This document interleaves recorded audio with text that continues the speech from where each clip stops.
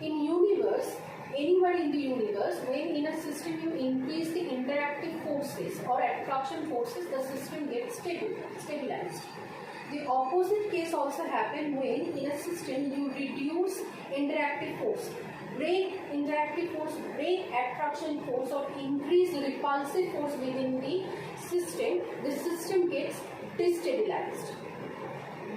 That's why whenever you need to break a bond or break a interactive force or try to contain a system containing enormous amount of repulsive force, you need to provide energy to it. In the opposite case, where in the system where you are increasing the interactive force, due to the stability of the system releases energy.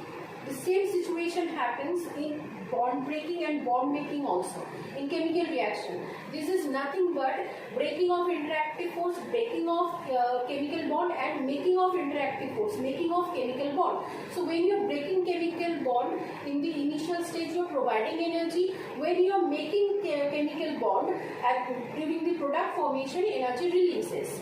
This is general formation.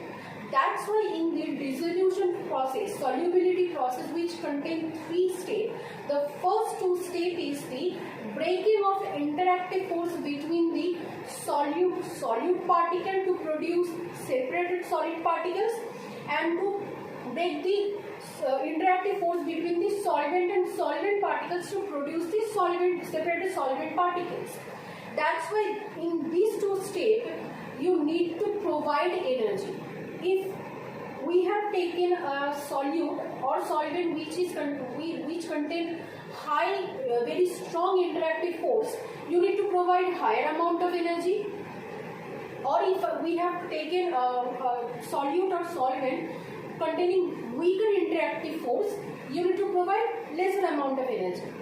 The third step in the solubility process, which is the formation of interactive force between solute particle, separated solute particle, and separated solvent particles, due to the new formation of a new interactive force, energy released after the third step.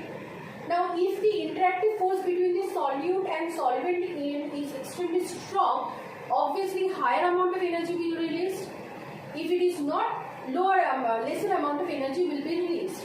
Now, depending on this kind of situation, whether the solute will dissolve in the solvent or not, we already just studied. Depending on the interactive forces, how strong or how weak they are, how much amount of energy needs to be provided, or whatever amount of energy that is going to be released, solubility occurs. Now, for the solubility of solute in the liquid, we studied a process where an equilibrium was established.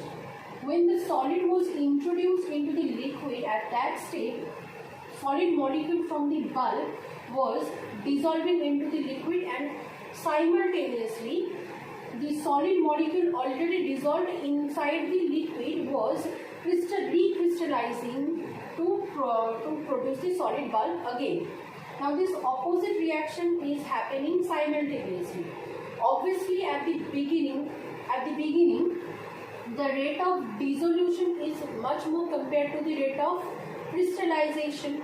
But with the time, as the numbers of solid molecule into the dissolved solid molecule into the liquid increases, my backward reaction increases, the rate of the backward reaction increases, and the rate of the dissolution process decreases, till a point where the rate of dissolution and rate of crystallizations become equal. At this point, we say that this opposite reaction that is happening simultaneously has reached their equilibrium position. At this equilibrium position, the amount of solid solute that has been dissolved within the liquid remains constant.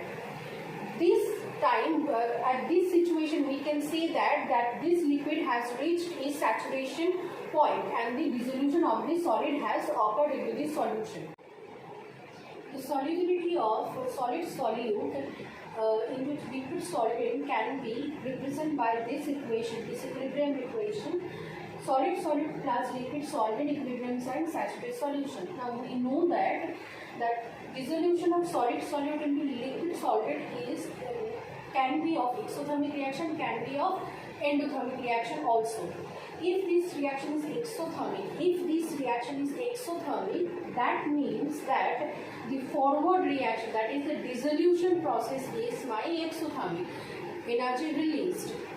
Opposite reaction, the backward reaction in that case is endothermic reaction. So when temperature is increased, according to La Chatelier's principle, my equilibrium will try to shift towards that side where the energy is consumed, that is towards the endothermic reaction side.